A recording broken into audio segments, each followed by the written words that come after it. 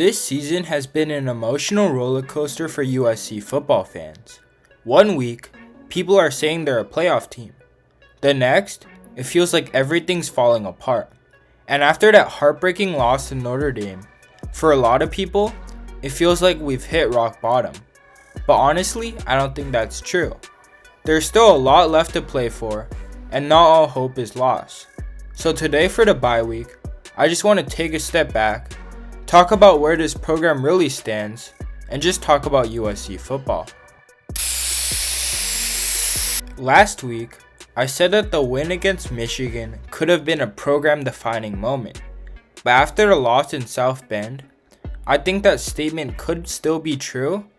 There's just some serious work to be done first. One of the biggest areas that needs attention is Lincoln Riley's mentality and play calling. As the head coach, the entire offense, really the whole team, runs through Riley, and that's been true his entire USC tenure. When USC is clicking, his offense looks unstoppable, and his play calling is sharp. We saw that his first year and at times early this season, but the knock on him has always been the same. He struggles to field a good defense. So when his offense isn't firing on all cylinders, the team usually doesn't win. After the Notre Dame loss, a lot of fans started criticizing Lincoln's decision making and even calling for him to give up play calling duties. Personally, I think that's a little bit of an overreaction. I'm not the biggest Lincoln Riley believer out there, but it doesn't take one to see that he's one of the best play callers in the country. And for most of that Notre Dame game, he actually called things pretty well, especially considering the struggles the offensive line had in establishing a run game.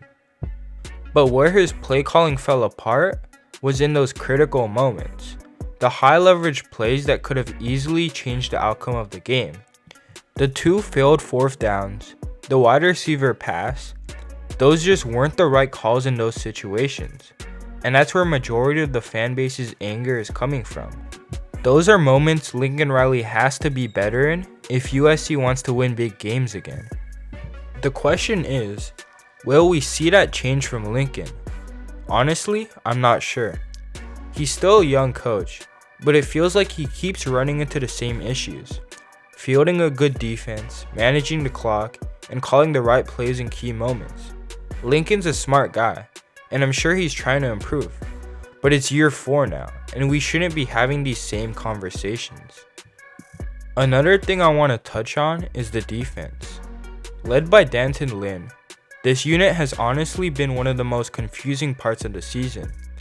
Coming out of spring and fall camp, all we heard from reporters and people inside the program was that the defense was dominating the offense, that this group was going to lead the team in 2025. And after how much they improved in 2024, that made sense. But the on-field product has been far from that. In the biggest games this season, the defense has crumbled. The pass rush can't get consistent pressure. The defensive line and linebackers struggle to stop the run. And the secondary can't stop anyone right now. So that brings up the obvious question. Why are they so bad?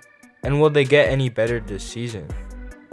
For a lot of fans, the blame is on Lincoln Riley. He's had a reputation for bad defenses going back to his Oklahoma days, and we've seen the same issues here. And I would agree that he's part of the problem, but he isn't the entire problem. Riley has shown he's trying to fix the defense. He stepped away from being the quarterback's coach. He helped revamp the defensive staff, and he's tried to add defensive talent from the portal and high school. But for whatever reason, that hasn't translated to an elite or even good unit.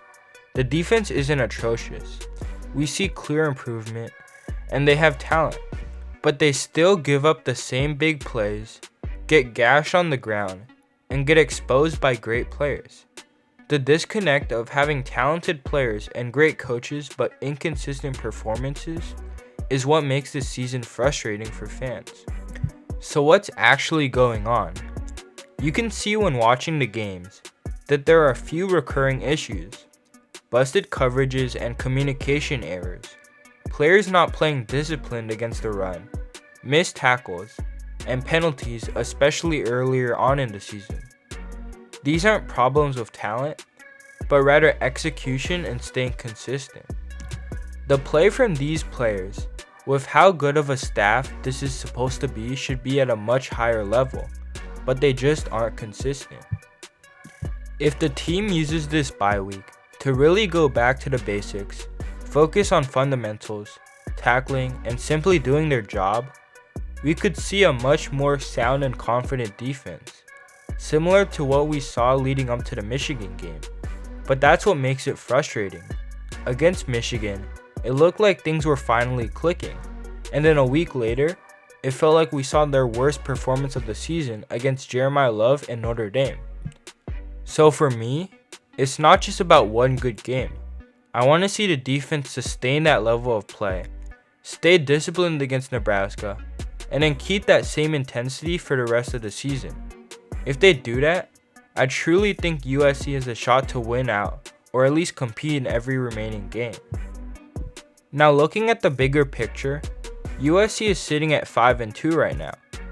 Most fans seem to expect a 9-3 finish, with a loss to Oregon, but if we're being honest, based on Lincoln Riley's road track record and how tricky teams like Nebraska, Iowa, and even UCLA can be, 9-3 isn't guaranteed. I could realistically see 8-4, maybe even 7-5 if things don't tighten up. Do I think that'll happen?